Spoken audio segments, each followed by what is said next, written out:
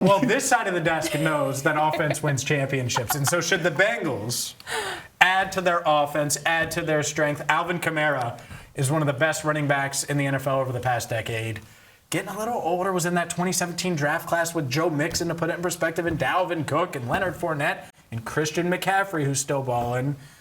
Well, should the Bengals consider trading for Alvin Kamara? It was mentioned on ESPN, Dan Graziano putting it out there. It's hard to see a team offering too much for Kamara at this point in his career, but if he lands in the right kind of backfield, in the right kind of role, he could have a chance to go out with a bang. Maybe a place such as Cincinnati or Green Bay has a way to use him to help the offense. Buy or sell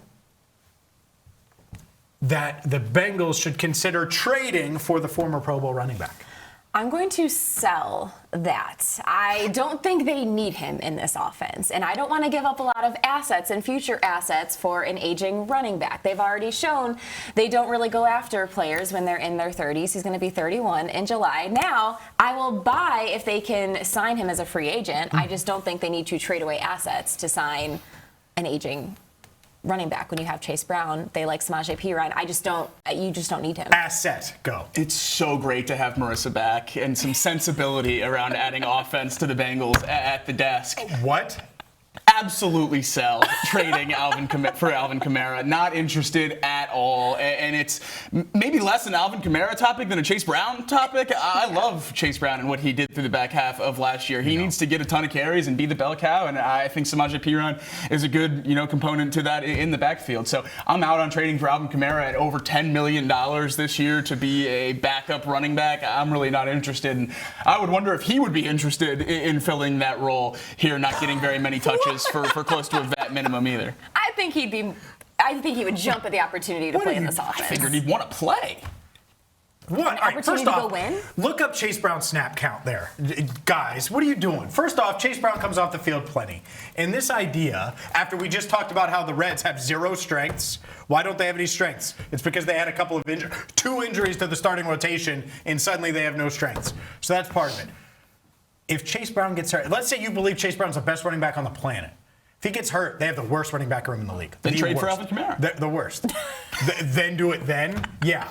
That's the worst. You wait till then. Just trade for a starter. Just trade for a reliever. The Packers are listed there. They have questions in the running back room, so maybe you take a shot at Alvin Kamara. I don't think the Bengals should even pick up the phone to call for Alvin Kamara. All right, so here's why they shouldn't trade for him, because of the contract. Right.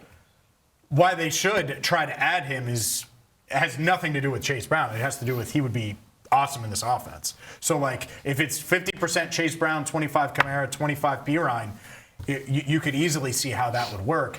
He's a great pass catcher out of the backfield. And so having that, let's just say Brown gets nicked up for a month, and it's Kamara and Perine. You can survive with that, and Kamara would be your one.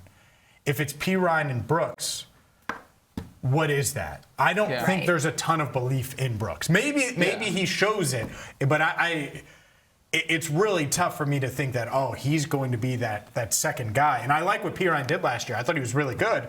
And I'm not saying take Perine off the field for Kamara, but the more you have, the better. So, to Marissa's point, if you could sign him for league minimum or something like that, do that in a heartbeat. All day long. My question is, how much would the Saints eat in a trade? Because they don't really gain anything from cutting him, and so I don't think they're going to cut him. So I don't think he's going to be a free agent. So he also reported the OTAs last week, which was a shocker. So lends itself to that as well, that he'll stick around. Yeah, and so if you because he wants his money, right? So, but if the Saints are like, hey, we'll pay 90% of his contract for a 7th round pick, let's just say, well, then I'll listen. But as far as acquiring the $12 million Alvin Kamara, who was in the 2017 draft, I totally get that. On the surface, it is sell. But am I interested in the talent? Yes. Is it worth having a discussion about? I think it is, because he would be RB2 from a bell cow standpoint, where you keep Perine fresh. He's your do-it-all, can be a pass blocker, run when you need him to, but just be that reliable vet. Yeah. Kamara can be the Chase Brown essentially replacement if Brown gets nicked up or is battling something and you don't want to give him a full allotment of snaps. So I know what happens if Brown gets hurt, and it's the running back room is really, really shallow. And so would it be nice to add one more vet? Yeah, it would. How confident are you in Kamara's ability still? Pretty confident. Not at $12 million a year. To be an effective NFL running back still at this age. In this offense, I think he would, to Marissa's point, I think he'd be like, oh, I can be what I was with Drew. Okay. Like with Drew Brees. Now, Maybe not quite. I mean, no, but he would view it that way. Like, I can be that. Like, it's going to fit my skill set the way it did when I was a rookie or when I was in my second year, where I'm going to catch 60 balls. Yeah. Like, that's what he would think. Whether or not he did that is a whole other thing. But yeah, I mean, I think he would still be effective. And so, in on the talent, not in on the contract. Do I think the Bengals are having a real conversation about it? Probably not, because of the agent contract. Yeah. That's probably a that's just a non-starter, right? With any kind of conversation here. he's over 30. Right.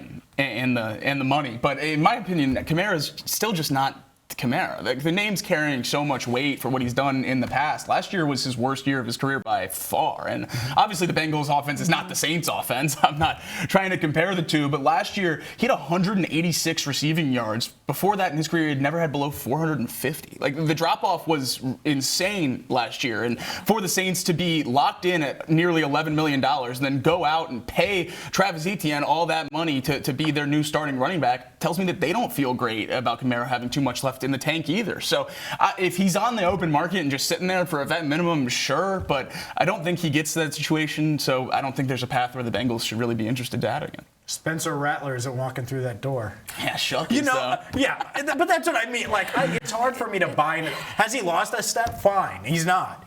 Because if he hadn't lost a step, he's still one of the best running backs in the league. He's right there with insert whoever you want to say. Yeah. Bijan, Gibbs, like he's in that conversation. I don't think he's that anymore, but do I think that he would help a running back room that would be relying on Taj Brooks if Chase Brown gets hurt? Yes, and you got to make those moves now. You can't react after the fact, because then you're scrambling and you're trading for, what's the running back they traded for a couple of years ago? Khalil Herbert. Who could forget? He changed everything. Drops the ball at the moment they hand it to him on the road in Baltimore. They were like, all right, that's enough, Khalil. Were you on the field for that? No, it's not. But they were like, that's enough, Khalil. Yeah. We're not going to One hand of it my to him. things, that fumble wasn't even credited to Khalil Herbert. It wasn't not. No. Yeah. So, in on Kamara in the right circumstances? In one circumstance. It's a minimum contract.